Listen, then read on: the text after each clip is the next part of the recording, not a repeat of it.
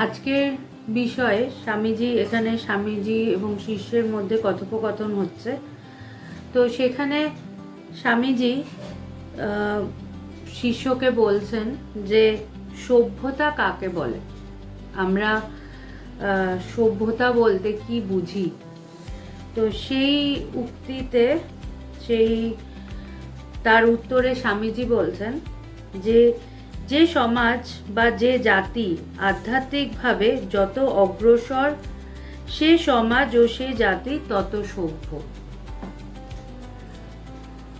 আশা করি ফেসবুকে যারা আছো আমার কথা শুনতে পাচ্ছ, কাইন্ডলি একটু কমেন্ট করো যে শোনা যাচ্ছে কিনা। তো এখানে এই প্রশ্নটা, এটা আমাদের সবার ভেতরেই এটা আসতে লাগে যে সভ্যতা বলতে আমি কি বুঝি। আমাদের কাছে যথেষ্ট টাকা পয়সা থাকলেই আমরা ভাবি যে আমরা সবাই সেটা নিয়ে স্যাটিসফাইড এবং আমরা তাতেই আমরা খুব মডার্ন এবং পড়াশোনা জানা থাকলেই হবে। তো কিছুটা আমাদের কাছে সভ্যতা বলতে এটাই বোঝায় যে আমরা খুব সুন্দর ইংলিশ বলছি বা আমরা যেভাবে চলছি, আমাদের স্টেটাস সমস্ত কিছু যদি ঠিক থাকে তো আমরা বলবো যে হ্যাঁ আমরা সভ্য। কিন্তু এ বিষয়ে স্বামীজি কি বলেছেন সেটা আমাদের একটু দেখার দরকার। কারণ আমরা স্বামীজির কথা এ কারণেই মানি কারণ তিনি, তার যে দৃষ্টিভঙ্গি জগতের প্রতি, তার যে দৃষ্টিভঙ্গি সেটা আমাদের, আমরা যদি নিজের জীবনে আনতে পারি তাহলে কিন্তু আমাদের জীবনটা অনেক সুন্দর হয়।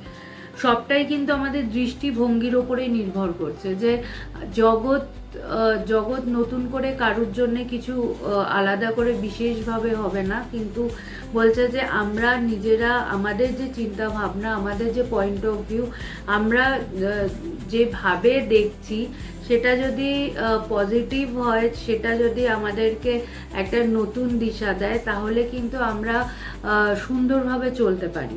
সুতরাং এইখানে স্বামীজি যে আমাদেরকে পথ দেখাচ্ছেন সেখানে বলছেন যে যে সমাজ বা যে জাতি আধ্যাত্মিকভাবে যত অগ্রসর, এখানে কি বলছেন যে এখানে স্বামীজি কিন্তু আধ্যাত্মিকতাটার উপরে জোর দিল। আমরা হলে কি বলবো, আমরা কিন্তু টাকা পয়সা, স্টেটাস, আমরা কোন ব্যাকগ্রাউন্ড, এগুলোর উপরে জোর দিই। কিন্তু স্বামীজি বললেন যে যেই জাতি আধ্যাত্মিকভাবে এগিয়ে আছে সে সমাজ ও সেই জাতি তত সভ্য। যে সেই সমাজ তত সভ্য যে আধ্যাত্মিকভাবে এগিয়ে। কেন এই কথাটা বলছেন? কারণ আমরা যে ভাবি যে মানে নিজেদেরকে বিচার করার চেষ্টা করি, যে মাপকাঠিটা আমরা নিজেদের জন্য রাখি যে জগৎটা বোধহয় এরকম যদি হয় তাহলে বোধহয় সুন্দর হবে, আমরা আমাদের মনের মতো করে আমরা বোঝার চেষ্টা করি। কিন্তু এখানে বলছে কি আধ্যাত্মিকতাটা আমার লেভেল হবে। কারণ যে আধ্যাত্মিকভাবে সমৃদ্ধ শক্তিটা কিন্তু বাইরের জগতের, আমার কতটা আমি শক্তিশালী বাইরের দিক থেকে, কে আমাকে আমার প্রোটেকশন, বন্দুক নিয়ে আমার পাশে আমাকে প্রোটেক্ট করছে কিনা, বা আমি কতটা আমার পাওয়ার রয়েছে জাগতিকভাবে, এরকম দেখা যায় যে আমরা এই মুহূর্তে হয়তো খুব শক্তিশালী, আমি একটা ওয়েল ডিজার্ভিং একটা সুন্দর পদে রয়েছি, আমার ডেজিগনেশন অনেক হাই, আমি এই মুহূর্তে তো আমাকে সবাই মানছে, সবাই আমার কথা ভাবছে, আমার কথা শুনে চলছে। কিন্তু দেখা যাচ্ছে কি সময়ের সাথে সাথে ওই চেয়ারটা কিন্তু সবার থাকবে না, একভাবে থাকবে না। প্রত্যেকটা চেয়ার, প্রত্যেকটা ডেজিগনেশন, প্রত্যেকটা সময় কিন্তু পাল্টাতে থাকে। কিন্তু পাল্টায় না কি? পাল্টায় না হচ্ছে বলছে যে আমার আধ্যাত্মিক শক্তি, এই শক্তির যত বৃদ্ধি ঘটবে তত কিন্তু আমি আমার ভেতর থেকে ততটা শক্তিশালী হব, আমার চিন্তা ভাবনাগুলো কিন্তু সেইভাবে পাল্টাবে। কারণ তুমি যত শান্ত হবে তত কিন্তু পুরো জগৎটা তোমার কাছে আসবে। তোমার লোকের পেছনে ছোটার প্রয়োজন নেই। আমরা ভাবি যে একটা মানুষ শক্তিশালী, সে ছুটছে মানুষের পেছনে, তার সাথে যত মানুষ আছে সে ততটা শক্তিশালী। কিন্তু আমি আমার নিজের শক্তির ওপরে নির্ভর করি না, নিজের ওপরে নির্ভর করি না, যার ফলে কি হয়, আমার মনে হয় যে আমি যার ওপরে নির্ভর করছি সে আমার পাশে যদি থাকে তাহলেই আমি সমৃদ্ধ। কিন্তু যেই মানুষটার ওপরে আমি নির্ভর করে আছি সে আমার পাশে যতই থাকুক না কেন, সেই মানুষটাও তো দুর্বল। আমাকে একজন একদিন বলছিল যে মাতাজি, তুমি তোমার এডুকেশন, তোমার সমস্ত মানে তুমি যেভাবে চিন্তা ভাবনা করো, আজকে তুমি যদি একটা চাকরি করতে তাহলে তো তুমি অনেক টাকা রোজগার করতে পারতে, তুমি তো আরও ভালো লাইফ লিড করতে পারতে, এই সন্ন্যাস জীবনের থেকে অনেক বেটার লাইফ লিড করতে পারতে। আমি তখন তাকে একটা কথা বললাম যে এই সন্ন্যাস জীবনের থেকে যার কাছে কোটি টাকা আছে সে কি আমার থেকে বেশি শান্ত, বেশি শান্তিতে আছে, বেশি ভালো আছে? আমাদের ভালো থাকাটার মাপকাঠি যদি এটা হয় যে আমরা আমার কাছে অনেক টাকা পয়সা আছে তাহলেই আমি জগৎটাকে কিনে নিতে পারবো, সত্যি কি তাই? আজকে আমরা দেশের নানা জায়গায় ঘুরে বেড়াই, মানে টাকা দিলেও হয়তো মানুষ এই ভালোবাসা, এই শান্তি, এই শান্তি, এই আনন্দটা কিনতে পারবে না। কেন? কারণ এটা আধ্যাত্মিকভাবেই একমাত্র এটা উপলব্ধি করা যেতে পারে। আমরা যে নানা জায়গায় যাই, হোটেলে মানুষ থাকে, অনেক টাকা দিয়েই থাকে, লাক্সারিয়াসভাবে থাকে, কিন্তু সেইখানে কিন্তু সব কিছু সুন্দর হয় না।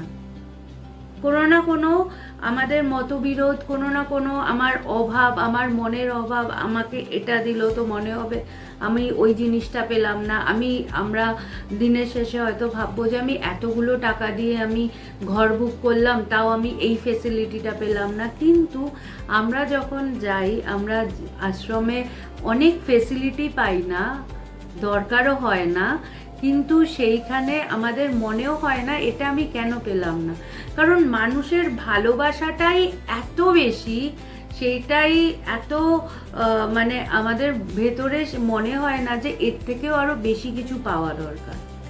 তো এটাই হচ্ছে যে আমরা যদি যেভাবে আমার মাপকাঠিটাকে আমি সাজাবো, আমার স্যাটিসফ্যাকশন লেভেল কিন্তু সেইভাবে আসবে।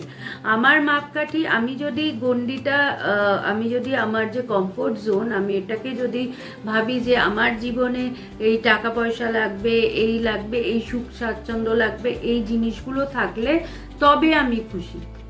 আমাদের সমস্যাটা এখানেই হয়, আমরা খুশি হতে পারি না কিছুতেই, কারণ আমরা একটা কমফোর্ট জোন আমরা বেঁধে রাখি যে এটা লাগবে। যেই আমার কমফোর্ট জোন অনুসারে আমার চিন্তা ভাবনাটা যখন আমার ওর সাথে মিলছে না, তখনই কিন্তু আমি অখুশি হই। কিন্তু তৃপ্তিটা কিন্তু বাইরের চাওয়া পাওয়ার উপরে নির্ভর করে না। কারণ তুমি কিছু পেলে সেটাতে হয়তো তুমি তৃপ্ত হলে, কিন্তু তারপরে তৃপ্তি আবার কিছু চাওয়া, আমাদের চাওয়া শেষ হয় না, এবং প্রতি মুহূর্তে আমরা সেই চাওয়াটাকে কমপ্লিট করার জন্য নানা প্রচেষ্টা করি। কিছু কিছু সময় সেটা ঠিক হয়, কিছু কিছু সময় হয় না, হলে খুশি, না হলে আমরা কষ্ট পাই। কিন্তু তোমার ভেতরে বলছে দেখো দুটো জিনিস হয়, একটা হচ্ছে মানুষ বলে যে আমি আমার মন মেরে কাজ করছি, আর একটা হচ্ছে যে আমি খুশি, আমার ভেতরে ইচ্ছাটাই উঠলো না। এই যে মন মারা বলছে যে আমার ভেতরে যদি একটা ইচ্ছা ওঠে, সেই ইচ্ছাটাকে আমি ভাবছি না আমি এই ইচ্ছাটা আমার জন্যে ঠিক হবে না, আমি তাই জন্যে ইচ্ছাটাকে মেরে দিলাম যে না আমি এটার পেছনে ছুটবো না। এটা হচ্ছে এক ধরনের মনের অবস্থা, ইচ্ছাটা তো উঠছে।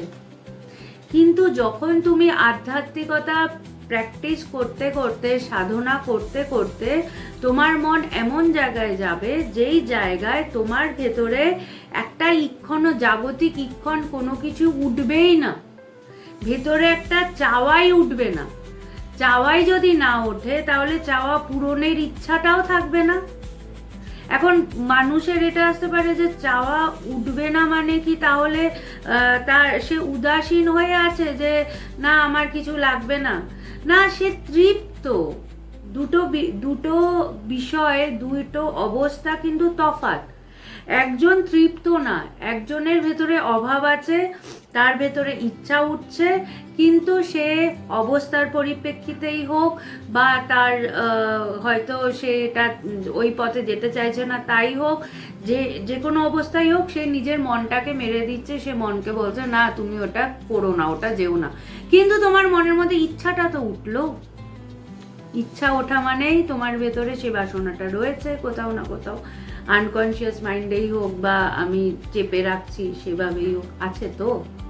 থাকা মানেই হচ্ছে তোমার অভাব আছে। কিন্তু তুমি ঈশ্বরকে এমনভাবে ভালোবাসলে, ঈশ্বরকে ভালোবাসতে বাসতে তোমার ভেতরে কোনো চাওয়াই উঠলো না, জগতের কোনো কিছু দেখেই তোমার ভেতরে কোনো ডিফারেন্সিয়েট হলো না মনের মধ্যে এটা হলো না যে আমি এটা পেলাম না বা আমার ওটা দরকার আমি সেটা পাচ্ছি না, ভেতরে কোনো ক্রাইসিসই হলো না। আমি তৃপ্ত। এই তৃপ্ত হওয়াটাই হচ্ছে আসল। ঈশ্বর এমন, ঈশ্বরের কথা তুমি ভাবতে ভাবতে, ঈশ্বরকে নিয়ে তুমি থাকতে থাকতে তোমার ভেতরটা এমন হবে যে তোমার কখনোই মনে হবে না যে আমার এটা লাগে। তাই স্বামীজি যে আমাদের মাপকাঠিটা দিচ্ছে যে সভ্যতা যথার্থ হওয়া কি, যেখানে আধ্যাত্মিকতা আছে, যেই মানুষটা আধ্যাত্মিকতা নিয়ে আছে সে শান্ত, সে সভ্য। আর যার ভেতরে হাজার হাজার চঞ্চলতা, হাজার হাজার বিষয়, সে ভুল করবেই করবে। সে কিন্তু সব কিছু ঠিক করবে না। দেখবে যেদিন মন চঞ্চল থাকে, তুমি চেষ্টা করছো হয়তো যে তুমি একদিন ধরো সকাল, আমি সবাইকেই বলি যে প্রত্যেক দিনটা শুরু করার আগে প্রত্যেক দিন নিজের একটা নিজস্ব একটা তোমার রুটিন থাকা দরকার। সেটা শুধুমাত্র তোমার নিজের। সেটা কি প্রত্যেক দিন সকালে উঠে একটু ধ্যান করো, একটু পড়াশোনা করো, 1 পেজ পড়ো, 2 লাইন পড়ো, বাট পড়ো যে আমার সারাদিন যেন চিন্তা ভাবনাটাকে আমি ওই যে 2 লাইন পড়লাম ওর মধ্যে বেঁধে রাখতে পারি। তো সেখানে তুমি দেখবে নিজেই পার্থক্য বুঝতে পারবে। যেদিন তোমার ভালো ধ্যান হয়েছে সেদিন সারাদিন তোমার মনটা কেমন যায়, আর যেদিন ধরো তুমি ধ্যান করলে না, সময় পেলে না, সেদিন মানুষকে ধরো সব কিছু ভালো আছে কিন্তু তাও এমন হয়তো একটা কথা তোমাকে কেউ বললো বা তুমি কিছু বলে দিলে, সেটাতে কিন্তু দেখছো একের পর এক গন্ডগোল হতে থাকছে। তুমি চাইছো না গন্ডগোলটা করতে, কিন্তু গন্ডগোলটা হতে থাকছে। তো এই ক্ষেত্রে হচ্ছে যে তোমার ভেতরটা যদি শান্ত থাকে তাহলে তুমি একটা নেগেটিভ সিচুয়েশনের মধ্যে দিয়েও কিন্তু বুদ্ধি করে অল্প কথায় তুমি ওখান থেকে বেরিয়ে আসতে পারো। সিচুয়েশনটা হয়তো নেগেটিভ ছিল, ঝগড়া, তোমার মাথা গরম থাকলে ওখানটা ঝগড়া হয়ে যেতে পারতো, কিন্তু তুমি বুদ্ধি করে বেরিয়ে এলে। আবার হয়তো দেখা যাচ্ছে যে সব কিছু ঠিক আছে, তোমার মনের মধ্যে তুমি বিক্ষিপ্ত হয়ে আছো, তুমি অশান্ত হয়ে আছো, তুমি এমন একটা কথা বললে একটা মানুষকে, সেই মানুষটা এত রেগে গিয়ে তোমাকে রিয়াক্ট করলো। তো ওই জন্যে বলছে যে নোবডি, স্বামীজির কথা, nobody but me to blame. তুমি নিজেকে ছাড়া অন্য কাউকে, তোমার পরিস্থিতির জন্য অন্য কাউকে দোষ দিয়ে লাভ নেই। ওই জায়গাটায় তোমাকে নিজেকেই বলতে হবে যে আমি যদি এই জায়গাটা আরও বুদ্ধি করে হ্যান্ডেল করতে পারতাম তাহলে হয়তো এটা আমার বেটার রেজাল্ট হতো। তো এখানে তাই স্বামীজি বলছেন যে নানা কলকারখানা করে ঐহিক জীবনে সুখ স্বাচ্ছন্দ্য বৃদ্ধি করতে পারলেই যে জাতি বিশেষ সভ্য হয়েছে তা বলা চলে না। বলছে যেমন আমাদেরও তো উন্নত হচ্ছে, সব কিছু অনেক অনেক এগিয়ে গেছে, অনেক কিছু, অনেক কলকারখানা, অনেক নতুন টেকনোলজি, অনেক কিছু হচ্ছে, সব কিছু হচ্ছে, কিন্তু দেখা যাচ্ছে তারপরেও কিন্তু আমরা লড়াই করে যাচ্ছি। আমরা ঝগড়া করে যাচ্ছি। এই যে ইলেকশন আসছে আমরা দেখতে পারবো, চারিদিকে আমরা একে অপরের সাথে লড়াই করছি, ঝগড়া করছি, মারপিট করছি, চারিদিকে একটা ভীষণ মানে কঠিন অবস্থা হয়ে দাঁড়ায়। তো সেখানে তাই জন্য বলছে যে যতই তুমি বাইরের দিক থেকে উন্নত হও না কেন, ভেতর থেকে তোমার মন যদি শান্ত না থাকে, তোমার সব কিছু ভালো থাকলেও দেখবে যে তুমি সেই জায়গাটাকে গন্ডগোল করে বসছো। কেন? কারণ তুমি ম্যানেজ করতে পারছো না, তুমি তোমার মনটা ওখানে মানে যেভাবে হ্যান্ডেল করা উচিত সিচুয়েশনটাকে তুমি পারছো না। তাই এখানে স্বামীজি বলছেন যে বর্তমান পাশ্চাত্য সভ্যতা লোকের হাহাকার ও অভাবই দিন দিন বৃদ্ধি করে দিচ্ছে। বলছে যে আমাদের যে এই বাইরের দিকে আমার প্রতি মুহূর্তে মানে এটা যেহেতু স্বামীজি বিদেশ থেকে আসার পরে এই আলোচনাটা হচ্ছিল, তো সেখানে স্বামীজি বাইরের কথা নিয়েও বলছে এবং আমাদের এখানকার কথা নিয়েও বলছে যে আমরা যদি ভাবি যে আমার বাইরের জগতে আমি নানা নিত্য নতুন জিনিস আমি পাচ্ছি, আমি ব্যবহার করছি, যেমন আমরা মোবাইলের মধ্যে সব কিছু করা যায়, তো আমরা নানা কিছু করে ওটা অ্যাডভান্স টেকনোলজি আমি ওটাকে ইউজ করছি, কিন্তু সেটার যেমন একটা পজিটিভ দিক আছে, সেটার আবার নেগেটিভ দিকও আছে। প্রত্যেকটাই যতই আমরা অ্যাডভান্স ডেভেলপ হতে থাকি না কেন, বাইরের দিক থেকে আমি যতই ডেভেলপ হই না কেন, প্রত্যেকটা জিনিসেরই একটা নেগেটিভ কিছুও ওখান থেকে আসে, আমাদের মধ্যে প্রভাব পড়ছে। আমরা দেখতে পাচ্ছি যে এখন মানুষ মোবাইল নিয়ে সে এতটাই ব্যস্ত থাকে যে তার সঙ্গী, তার পাশে মানুষটা একা বসে আছে। এখন চারিদিকে একাকিত্বতা বেড়ে চলেছে। কেন? কারণ আমরা কেউ কাউকে সময় দিতে পারছি না, অথচ আমরা মোবাইল নিয়ে ব্যস্ত হয়ে আছি। সুতরাং এই যে টেকনোলজি আপডেট হয়ে চলেছে, বাট আমরা ভেতর থেকে কিন্তু খালি হয়ে যাচ্ছি। ভেতর থেকে আমরা একে অপরের খোঁজ নেওয়ার সময় নেই। কেন? আমি মোবাইল নিয়ে ব্যস্ত, আমি আমার নিজের কাজ নিয়ে এত ব্যস্ত। আগেকার দিনে মানুষরা একে অপরের খোঁজ নিত, পাশের বাড়ির খোঁজ নিত, গল্প করত। এখানে কেউ কারুর জন্য ভালো চিন্তা ভাবনা, কিরে কেমন আছিস, এই ব্যাপারগুলোই আস্তে আস্তে চলে যাচ্ছে। সব হোয়াটসঅ্যাপে একটা মেসেজ দিয়ে দিচ্ছি। আগে দেখো ফোনে কত পয়সা লাগতো, তা হলেও মানুষ চিঠি লিখতো, চিঠিতেও পাঠাতে পয়সা লাগতো, কিন্তু সেই পয়সা খরচ করেও মানুষের জন্য চিন্তা ভাবনা করতো। এখন সব কিছু ফ্রি হয়ে গেছে। আমরা দেখো এই ফেসবুকের মধ্যে আমরা কত দূর দূরান্তের লোকজনের সাথে যোগাযোগ করতে পারছি। আমরা তোমার গুগল মানে কত আমাদের নানা দিক রয়েছে, যে দিক থেকে আমরা সবার সাথে যোগাযোগ করতে পারছি ফ্রিতে, খুব বেশি পয়সা খরচ হচ্ছে না। সেখানেও কিন্তু আমরা কেউ কারোর খোঁজ নিচ্ছি না। সুতরাং তাহলে কি দেখা যাচ্ছে যে পয়সাটাই ম্যাটার করছে না। আমরা মেশিনের সাথে থাকতে থাকতে আমার চিন্তা ভাবনা, মনের ভাবনাগুলোও মেশিনের মতো হয়ে যাচ্ছে। আমরা কেউ ওই যে ভগবান একটা কথা বলতেন, দরদ, এই দরদ কথাটা কিন্তু আমরা ভগবানের কাছে এসে এই জিনিসটা ভীষণভাবে অনুভব করতাম, এবং এখনো আমরা এই জিনিসটা ভীষণভাবে ফিল করি। এবং আমরা যদি 1%ও ভগবানের মতো কিছু করতে পারি, তো আমরা চেষ্টা করি যে কোনো মানুষ তার শরীর খারাপ শুনলে বা তাদের কোনো কিছু দরকার, আমরা আর কিছু না বলি যে কোনো দরকার হলে আমাদেরকে বলবেন, আমরা আছি। এই কথাটা বলবার মতো মানুষও কিন্তু হারিয়ে যাচ্ছে। তো সেখানে স্বামীজি এটা বলছেন যে যত বাইরের ওপরে, বিষয়ের ওপরে, বস্তুর ওপরে আমাদের নির্ভরশীলতা বাড়তে থাকবে, তত কিন্তু আমি আমার নিজের থেকে দূরে সরতে থাকবো। আমি নিজে তত কিন্তু দেখবো যে আমি একা হয়ে যাচ্ছি, এবং তার জন্যে আমি নিজেই দায়ী। আমি বলবো ওই মানুষটা আমার খোঁজ নেয় না, আমি তো এটাও বলতে পারি যে আমি শুরু করি, আমি খোঁজ নেই, ও নেয় না তো কি হয়েছে, আমি তো তার খোঁজ নিতে পারি। তো এই জায়গাগুলো কিন্তু ভীষণ যদি আমাদের সমাজটাকে আরো সুন্দর করতে হয়, আমি নিজেকে দিয়েই শুরু করব, আমি লোকের খুঁত ধরবো না। এটাও আর একটা আমাদের ভীষণ বড় সমস্যা।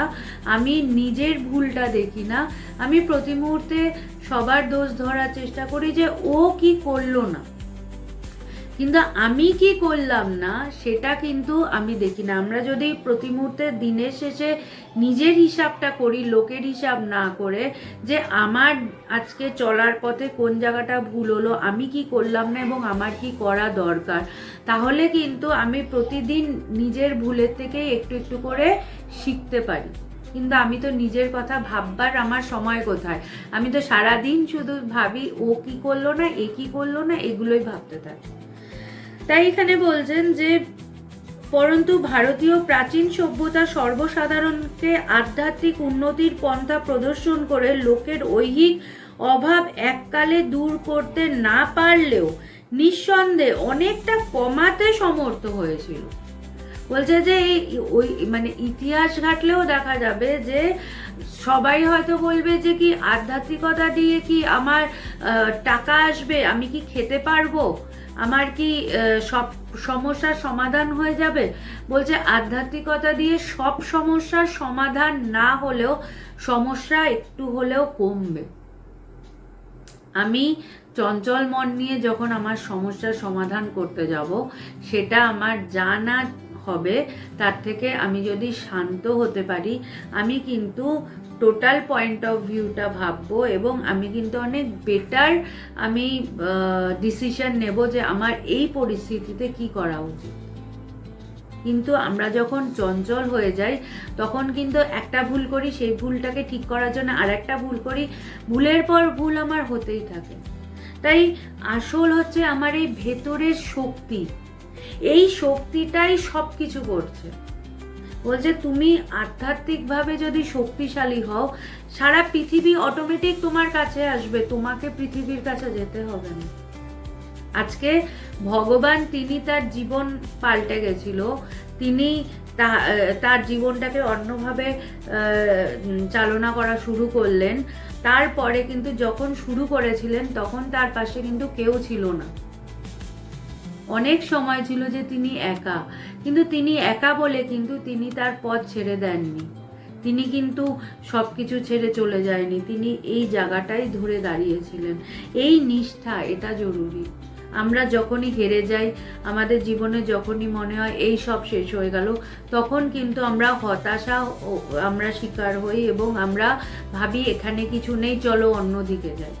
বলছে যে না, আমরা ভগবানকে দেখেছি, যখন ভগবান বিরাটিতে এলেন তখন গুটি কয়েক মানুষ ছিল, কিন্তু ভগবান, এবং এমনও হয়েছে, এই তারপরে আসছে এই জায়গাটাতে তার ভগবানের কথা মনে পড়লো তাই বলি, এখানে স্বামীজিও বলছেন যে বিরাটিতে তখন কম মানুষই আসতো, তখন কয়েকজন আসতো, তারা জাগতিক অর্থে তাদের অত সুনাম নেই, তাদেরকে গুন্ডা বলা হতো, তারা বাজে লোক এরকম বলা হতো, কিন্তু সেই মানুষগুলোর মধ্যে ভক্তি ছিল, তারা ভগবানের কাছে আসতো, তারা ভগবানের কথা শুনতো। তো অনেক যারা ভদ্র সমাজের তথাকথিত ভদ্র মানুষজন, তারা বলতে শুরু করলো যে ওরা আসছে, আমরা তাই সেখানে যাব না, ওরা যতক্ষণ আসা বন্ধ না করবে আমরা আপনার কাছে আসবো না।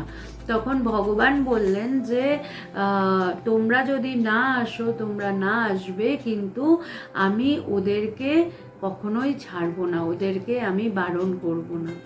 তো আমাদের এই মাপকাঠিটা যে ও বাজে, ওকে বাদ দিয়ে দাও, কিন্তু ভগবানের ডিকশনারিতে বাদ কথাটা কোনোদিনই ছিল না। ভগবান কোনোদিনই কাউকে বাদ দিতেন না, যতটা তিনি তার তরফ থেকে চেষ্টা করতেন সেই মানুষটার জন্য করা। কিন্তু সমস্যা হচ্ছে আবার ওই যে আমাদের সংস্কার, আমরা জায়গাটাকে ধরে রাখতে পারি না। গুরু হাজার চেষ্টা করলেও আমাদের দুর্বলতার জন্য আমরা হাত কামড়ে বেরিয়ে যাই।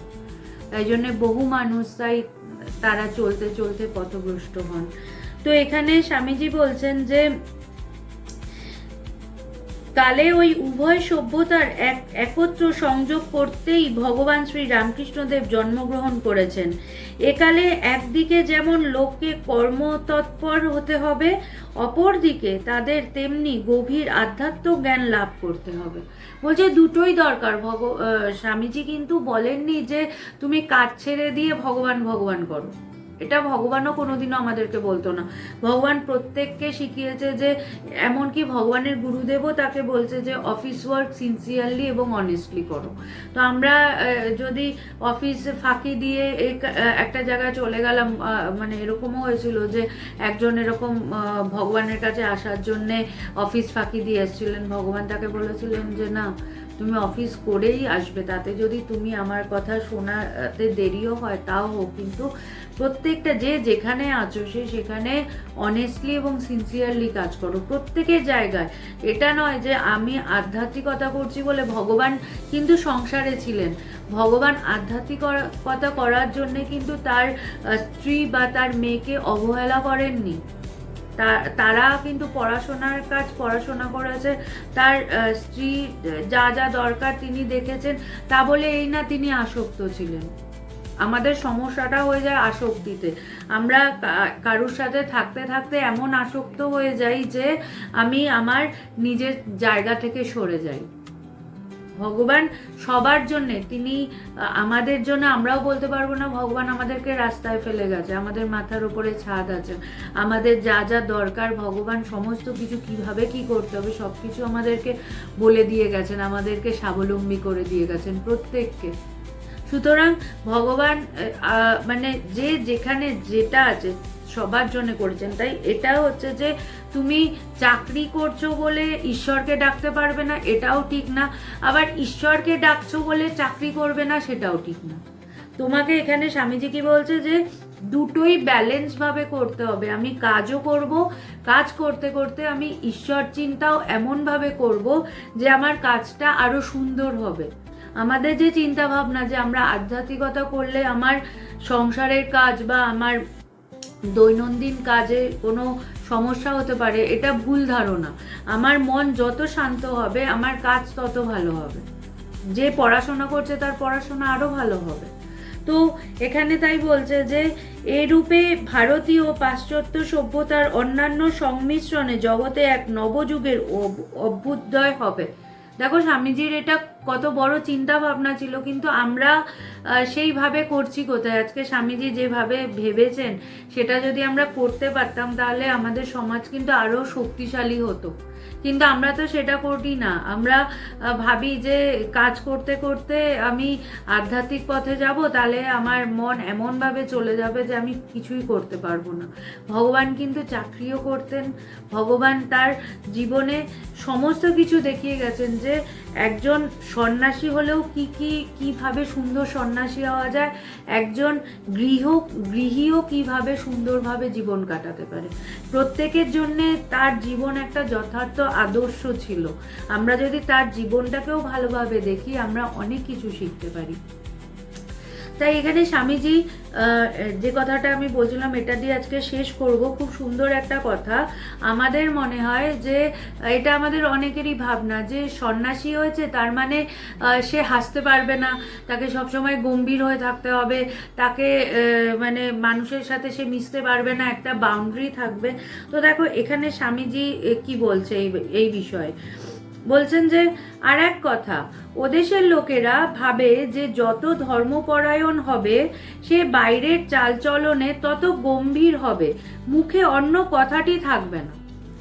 আমাদের মনে হয় যে জগৎ একটা দিক, আধ্যাত্মিকতা একটা দিক। যে আধ্যাত্মিকতা করবে সে সবসময় শুধু মুখে সেই নাম করে যাচ্ছে, অথচ মনের মধ্যে সে কি বিষয় ভাবছে সেটা নিয়ে আমাদের চিন্তা ভাবনা নেই, কিন্তু মনে আমার সবসময় নাম থাকতে হবে। কিন্তু আমি কাজ যদি আমি মুখে বলছি কিন্তু ভেতরে আমি অন্য কিছু ভাবছি, তাহলে কিন্তু গন্ডগোল হলো।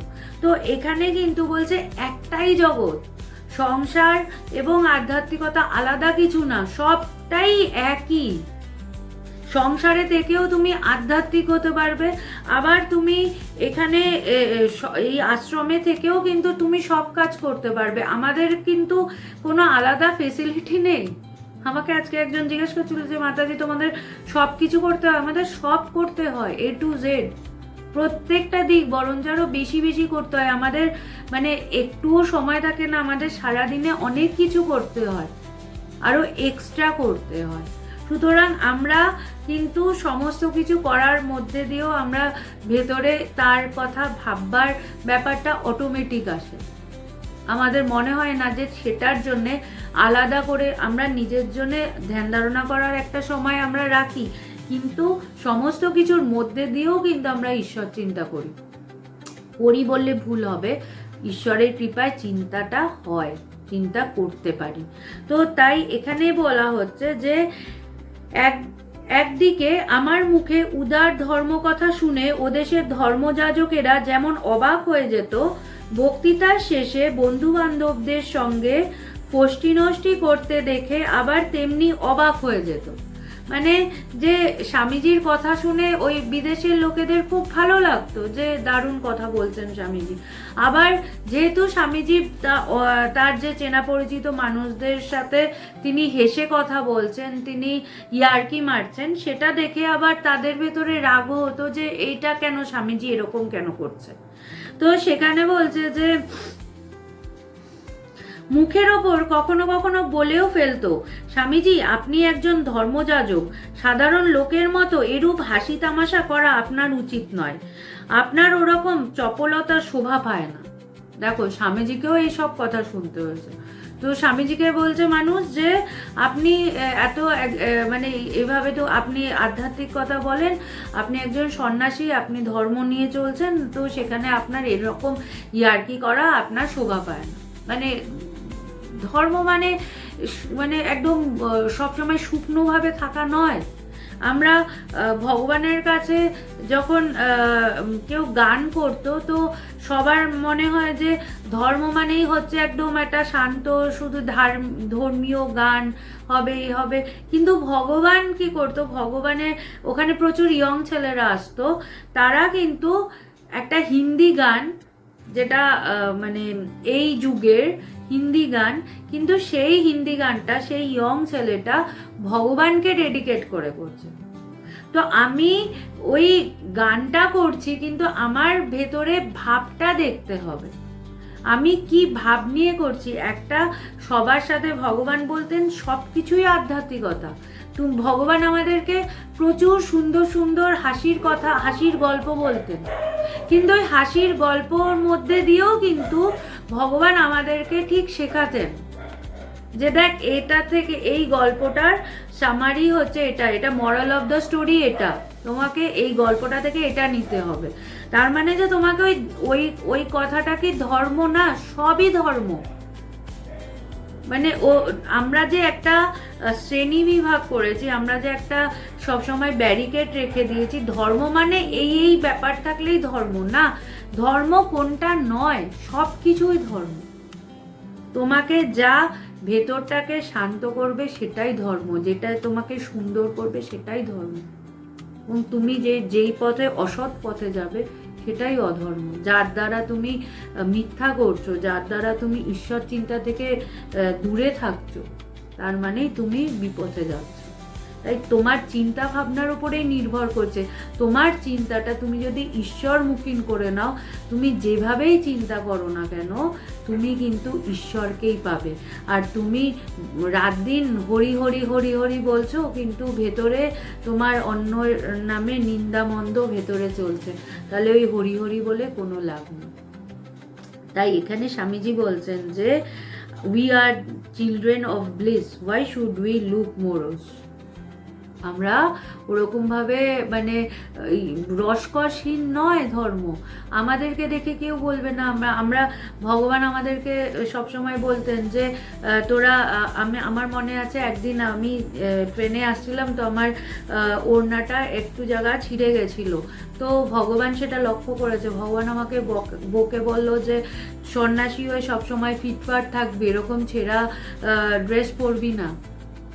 তো এই নয় যে মানে সন্ন্যাসী মানে তুমি এইটা করতে পারবে না, ওটা করতে পারবে না, যাই করো কেন তুমি সব কিছুর মধ্যে দিয়ে তোমার দেখতে হবে যে তুমি যেন যে পথেই যাচ্ছ সেই পথটা যেন তোমাকে ঈশ্বর বিমুখ না করে। এমন কিছু করো না যেটা তোমাকে ঈশ্বর থেকে সরিয়ে দিচ্ছে, এটাই তোমার মাপকাঠি হবে। আর বাকি তুমি যাই করো না কেন, যদি এই চিন্তা ভাবনা নিয়ে আমরা থাকি, তাহলে আমি সব কিছুর মধ্যেই কিন্তু ঈশ্বরকে পাবো, সব কিছুর মধ্যে তার ভালোবাসাকে আমি অনুভব করব, সব কিছুর মধ্যে। ওই যে বললাম হিন্দি গান, তুমি হিন্দি গানটাকে তুমি ভগবানের কে ডেডিকেট করে তুমি চিন্তা করো, তুমি দেখবে তোমার মনটা অন্যরকম লাগছে। কিন্তু ওই হিন্দি গানটাকেই তুমি যদি অন্য চিন্তা ভাবনা নিয়ে শোনো, তখন তুমি ওই একই গানে তোমার মন চঞ্চল হবে। তো সবটাই হচ্ছে তোমার চিন্তা।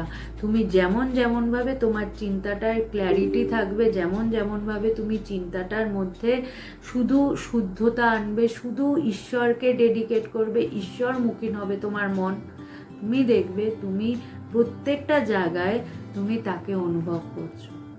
না হলে হাজার তোমার সামনে দেখা যাবে মায়ের ফটো আছে, ঠাকুরের ফটো আছে, কিন্তু আমরা বেশিরভাগ জায়গায় দেখি যে আজকে পুলিশ স্টেশনই হোক যাই হোক, সেখানে ঠাকুরের ফটো রেখে দিচ্ছি বা কোনো দোকানে ফটো রেখে দিচ্ছি, কিন্তু দেখা যাচ্ছে সেই ফটোর নিচে দাঁড়িয়ে আমি ঘুষ খাচ্ছি, আমি মিথ্যা কথা বলছি, আমি মানুষের সাথে বাজে ব্যবহার করছি। সুতরাং ফটোটা তো একটা ঝুলিয়ে রেখে দিয়েছি, কিন্তু আমার ব্যবহারে কোনো পরিবর্তন এলো না, তাহলে কোনো লাভ নেই।